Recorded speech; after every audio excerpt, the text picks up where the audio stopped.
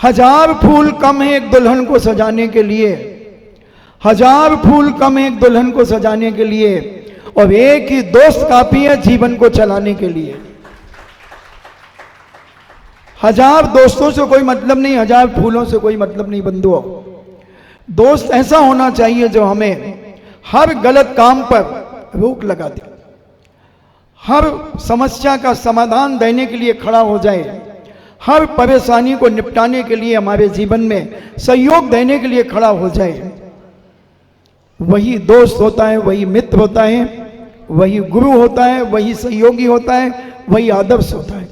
हर व्यक्ति को अपने जीवन में एक ऐसा आदर्श बनाना चाहिए कि जो तुम्हारी हर समस्या का समाधान दे, हर परेशानी को तुम्हें निकालने का प्रयास करे, वो परेशानी से निकाल करके तुम्हारे जीवन को पवित्र बना दे।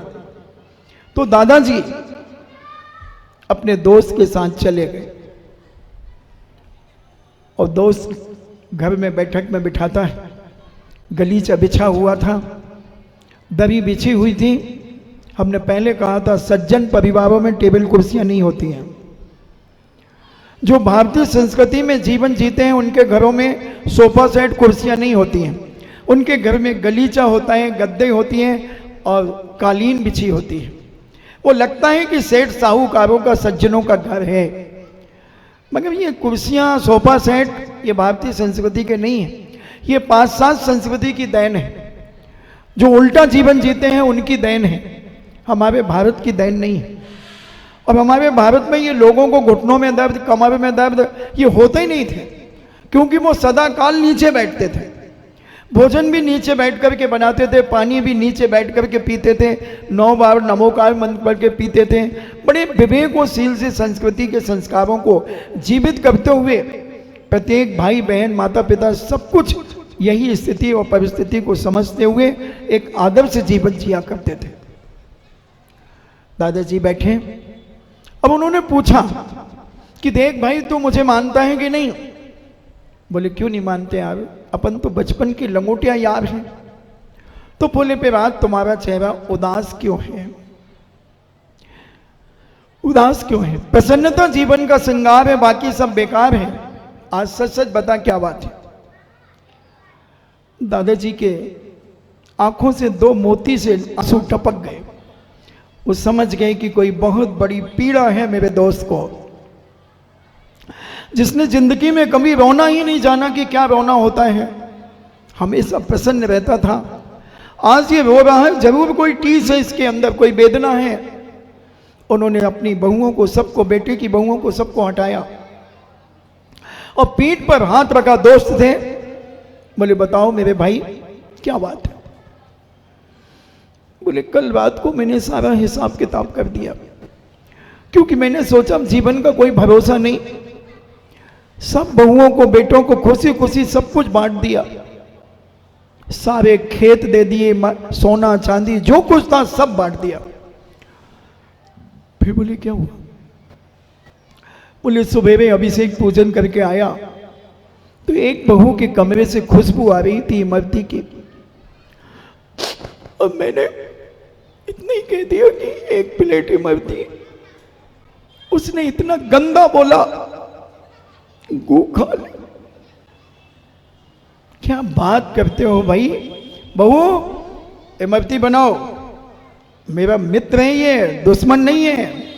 और बहू ऐसी आज्ञाकारी थी उस परिवार की, मित्र के परिवार की।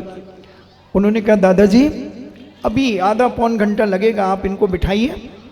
जब तक पोहा तैयार है, मूंगफली सिक गई हैं और हमने पकौड़ियाँ भी बना दी हैं, भजिया बना दी और इमली की खटाई भी बना दी है। जब तक इनको आप कराएं। और अभी फटाफट मैदा, उड़द की दाल तैयार की गई और पौन घंटे में इमरती बन गई। इमरती बन गई, चाशनी में भी पक गई, क्योंकि कुछ पाक शास्त्री ऐसी महिलाएं होती हैं जो बहुत एक्सपर्ट होती हैं, हर कार्य में एक्सपर्ट होती हैं। और जब तक दादाजी बात करते रहे, दादा दादा दोनों, और बात करते करते थोड़ा थोड़ा मूंगफली, पोहा, भजिया चलता रहा और इतने में इमरती की प्लेट आ गई। किसी के मुंह में पानी तो नहीं आया? आया, देखो वो आंटी जी कह रही कि आया। कोई बात नहीं, कल बना लेना, मगर गड़बड़ ना हो जाए। एक बार ऐसी एक घटना घटी कि एक बच्चा भी मेरे प्रवचन में बैठा था, तो मैंने कहा क्या पता इस बच्चे को मेरा प्रवचन समझ में आ रहा कि नहीं आ रहा है। तो मैंने उस बच्चे को लेकर के एक छोटी सी स्टोरी सुना दी। हमने कहा ये बच्चा बैठा था, एक दिन इस बच्चे को बहुत जोरों से भूख लगी, तो इसकी ये मम्मी से कहता मम्मी मम्मी मुझे बहुत जोरों से भूख लगी है। तो मम्मी ने कहता कहा कि बेटा अभी भोजन बनाता हूँ, अभी बनाती हूँ। वो कहता नहीं आज मैं गुलाब जामुन खाऊंगा। तो उसकी माँ ने कहा बेटा कल बना दूंगी। बोले नहीं मैं आज ही खाऊंगा। तो उसकी माँ ने 50 का नोट दिया और कहा बेटे तू गुलाब जामुन लेके आ जा। तो वो बाजार गया, मिठाई की दुकान में चला गया और वहाँ से 50 के गुलाब जामुन 4-5 उसे लिख के आ गया। बड़े बड़े गुलाब जामुन थे, जैसे कटंगी के झोबे के गुलाब जामुन होते हैं, बड़े टेस्टी। और वो एक मटकी में लेकर के आ गया और उसने जैसे मुंह में खाया तो उसका मुंह तो छोटा सा था बच्चे का, उसके मुंह में फंस गया। वो गुड़िया सुन रही है। अब वो कहते हैं मम्मी मम्मी मेरे मुंह में फोड़ा हो गया। तो उसकी मम्मी कहती है अच्छा चलो बेटे डॉक्टर के यहाँ चलते हैं। और डॉक्टर के यहाँ कहानी सुनाना थी मुझे बच्चे को, क्योंकि उसका भी मन लग जाए। तो उसकी माँ एक डॉक्टर के यहाँ ले गई। तो डॉक्टर ने कहा क्या हुआ? मोहन की मम्मी क्या हुआ? बोले देखना डॉक्टर साहब इसके मुंह में फोड़ा हो गया। डॉक्टर साहब ने आ करो बेटा आ। तो डॉक्टर साहब ने भी आ किया। तो बच्चा पथरिया का था, बहुत चालाक था, उसने दोनों हाथ लेकर के यूं मार दिए तो गुलाब जामुन निकल करके डॉक्टर साहब के मुंह में चला गया। तो डॉक्टर साहब कहते हैं वाह वही बात, तुम्हारा फोड़ा तो बहुत मीठा है। अब ये मैंने बात सुना दी। अब दूसरे दिन जब मैं आहारचर्या के लिए उठा तो 15-20 बच्चे अपनी अपनी कटोरी में 2-2, 3-3 गुलाब जामुन लेकर के आ गए। तो मैंने कहा बोले कल आपने कहानी सुनाई थी ना, तो मेरी मम्मी कह रही थी कि महाराज को गुलाब जामुन खाना होंगे ना, इसलिए महाराज ने कहानी सुनाई है। तो मैंने कहा पागल, मेरा तो मावे का भी त्याग है, मीठे का भी त्याग है, अब तू क्या मावा क्या गुलाब जामुन खिलाएगा। तो इसलिए मैंने ये सुनाई कि कहीं कल तुम इमरतियां लेकर के तो ना आ जाओ मेरे पास।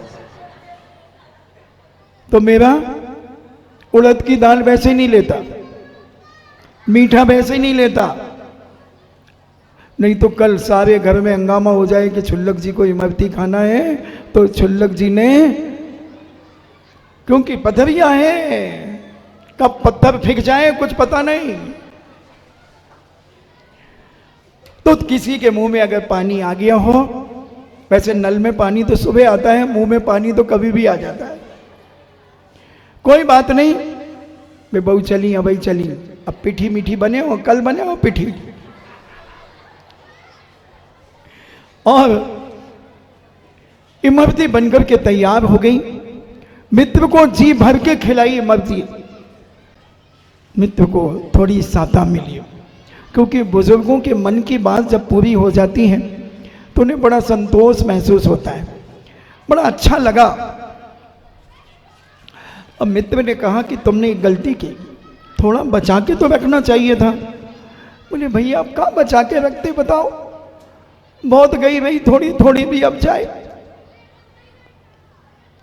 ऐसा करो अब तुम चिंता मत करो।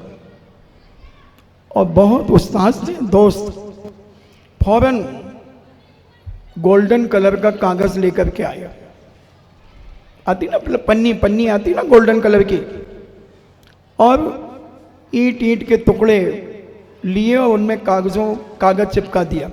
इतने टुकड़े ऐसे 3-4 किलो ईंट के टुकड़े में वो गोल्डन कागज लगाकर और एक थैले में दोनों आ गए और कहा कि इसको रखो, और रात को तुम सोने के पहले, और एक तराजू भी मैं ला के देता हूँ, तराजू भी ला करके दे दी। और कहा कि तुम दरवाज़ा अंदर से बंद कर लेना, लाइट जला लेना। तो दरवाज़ों में ऐसी सांसें होती है ना, गैप होते हैं, गैप पट्टियों के बीच में, तो दादाजी को सब उस्ताद तो थे ही। तो दादाजी ने तोला 100 ग्राम, 10 ग्राम और चढ़ा, 110 ग्राम, और एक कॉपी में लिखा 110 ग्राम का सोने का टुकड़ा। और एक बहू निकली तो कहती दादाजी के कमरे की तो लाइट जल रही है आज। ऐसे देखा उसने लगा करके, दादाजी क्या कर रहे हो? बहू रानी हल्ला मत करो बेटा, अभी हम थोड़ा हिसाब कर रहे हैं सोने चांदी का। हैं?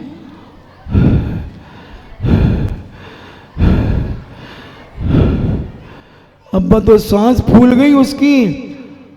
और दूसरी देवरानी, तीसरी देवरानी और चौथी देवरानी के पास गई, बोले दादाजी के पास तो अभी सोना बहुत है, तोल रहे हैं तराजू से। क्या? बोली आजा जल्दी आजा। और सबने देखा 100 में, दादाजी ने कहा 300 ग्राम, फिर तोला, थोड़ा सा कांटा इस तरफ झुक रहा था, फिर एक बांट चढ़ाया, एक 25 ग्राम और चढ़ा दिया, 325 ग्राम। और दादाजी कॉपी में लिख रहे हैं और सांस में से दिख ही रहा है कि सोना होगा। और दादाजी ने खटाखट 8-10 किलो तौल ताल करके और अच्छा एक संदूक में रख के, जो वो दरी चद्दर की रजाई की बड़ी बड़ी जो वो पेटी होती ना, उसमें वो पेटी रख दी, ऊपर से कंबल अम्बल सब रख दिए और दादाजी धीरे से लेट गए। चारों लड़कों ने भी देख लिया कि दादाजी के पास तो अभी 8-9 किलो सोना है। दादाजी सुबह उठे, अच्छा दादाजी को बढ़िया ठंडा पानी दिया नहाने के लिए, क्योंकि ये उमस चालू हो गई थी, गर्मी का समय था। तो दादाजी ने ठंडे पानी से नहाया, अच्छा बढ़िया तैयार हुए।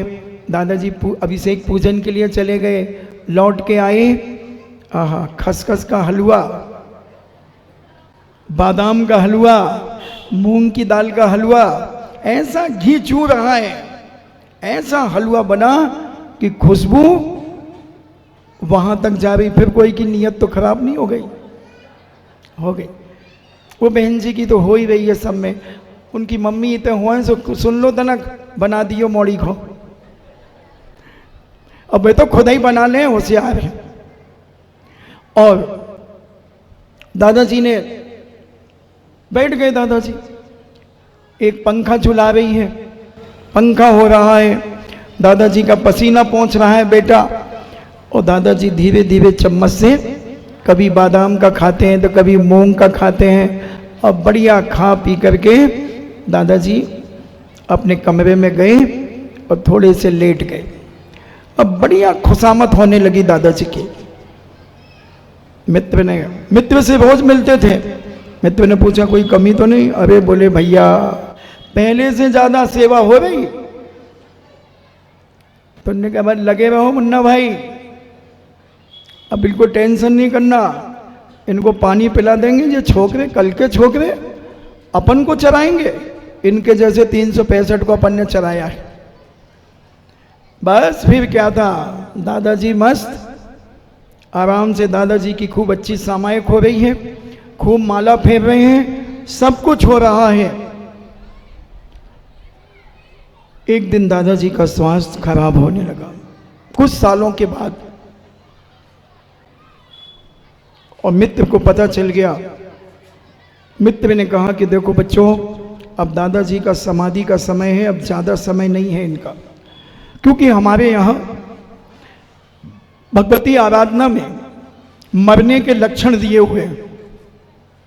विष्णु समुच्चय ग्रंथ है, उसमें हमारी बॉडी के लक्षण है कि कितने दिन में ये व्यक्ति मरेगा। जैसे अजमेर के अंदर एक बंगाली डॉक्टर था, जब वो राउंड पर हॉस्पिटल में निकलते थे तो पलंग ऐसे लाइन से लगे होते थे मरीजों के। तो जब वो 5-6 पलंग निकल जाने के बाद जैसे मरना है जिस मरीज को, वो कहते थे पलंग नंबर 3 2 घंटे में मरेगा, ऐसा बोलते चले जाते थे, और ठीक 2 घंटे में मरता था मरीज। तो ऐसे हमारे आचार्यों ने लक्षण लिखे। मैं कुछ लक्षण आपको बताता हूं। जैसे जिस मरीज को या XYZ किसी भी व्यक्ति ने स्नान किया और स्नान करने के बाद अगर उसकी छाती का पानी सबसे अति शीघ्र सूखता है, सबसे जल्दी सूखता है, तो वो 3-4 दिन में मरण को प्राप्त हो जाएगा। जिसके हाथ और पैर अकड़ जाते हैं, काले पड़ जाते हैं और पानी के छींटे मारने पर पानी सूख जाता है, बहुत जल्दी सूखता है। जैसे गर्म तवे को ऊपर पानी डाला और सूख गया, ऐसे ही अगर काले हाथ पड़ गए हैं, पैर पड़ गए हैं और उनमें पानी ऐसे छिड़का और वो पानी सूख गया, तो वो 3 दिन में मरण को प्राप्त होगा। ऐसे एक विष्ट समुच्चय ग्रंथराज दुर्गादास जी आचार्य हुए हैं, उन्होंने उसे लिखा है। तो ऐसे कई लक्षण उन्होंने दिए, मूंछों के ऊपर पानी आदि सूखने का सब कुछ लक्षण दिए, 3 साल तक के लक्षण दिए।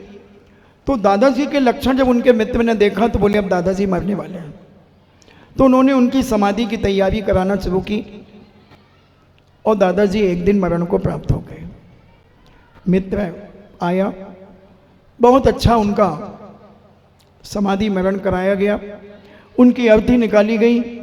अब मित्र ने कहा कि भाई इनका एक चबूतरा बनेगा। हाँ हाँ क्यों नहीं बनेगा, बच्चे सब तैयार। बोले इटली का मार्बल लगेगा। बोले क्यों नहीं लगेगा साहब, आप कहो तो बंडर मार्बल लगवा दो। नहीं नहीं, बोले इटली का लगेगा साहब। हाँ लगेगा। और एक इनका स्टैचू बनेगा। हाँ हाँ साहब बिल्कुल बनेगा दादाजी का। वो खेत पड़ा है हमारा एक, उसमें बन जाएगा। बना दिया गया। अब कहा कि साहब देखो 12वां भी होगा। हाँ होगा, लिस्ट बना दी गई, जे होगा भोजन में, सब तैयार। और 12 दिन के बाद बढ़िया 12वां कराया और मित्र ने आकर के चाबी दी, भैया ये है पेटी। 2 बड़े बड़े ताले लगे थे उसमें। अब कहा ये चाबी है, अब आप लोग निपट लो, हम तो चले, हमारा मित्र चला गया, अब हमारा इस घर से कोई संबंध नहीं। क्योंकि मित्र तक संबंध था। अब मित्र की पत्नी भी नहीं है, वो पहले मरण को प्राप्त हो गई थी। अब मेरी भाभी भी नहीं है और मैं अपने में मस्त हूँ, मुझे कोई विकल्प नहीं है। मेरी भी 5-6 बहुएं हैं, खूब अच्छे से मुझे रखती हैं। अब आप समझ। और दादाजी की भोजन आदि सब हुआ और शाम को सारे रिश्तेदार गए और एक भाई ने और एक बहू ने ताले खोले, संदूक उठाया, कंबल हटाया, रजाई हटाई। हाँ जी है पेटी। और पेटी उठाई, उसमें भी 2 ताले डले थे, नंबर वाले ताले थे। अब घुमाओ, 3 घंटे लग गए उस ताले को खोलने में। और जैसे ही खोला सो माथा ठोका, या अल्लाह ये क्या है, ये तो पन्नी लगी है। पन्नी लगी है। बहू आ गई छोटी वाली, क्या पन्नी लगी है, सोना नहीं है। बोले अब तो सोना ही सोना है, अब तो ये पन्नी लगी है, इनमें सोना है ही नहीं, अब तो सोना ही सोना है। वो दादाजी के पास चले गए कि भाई ये क्या है आपने। बोले मैंने तो नहीं कहा था कि सोना है, वो तो चाबी उनकी हमारे पास थी, तो ये चाबी आप पकड़ो। अब तुम्हारी किस्मत फूटी तो मैं क्या करूं।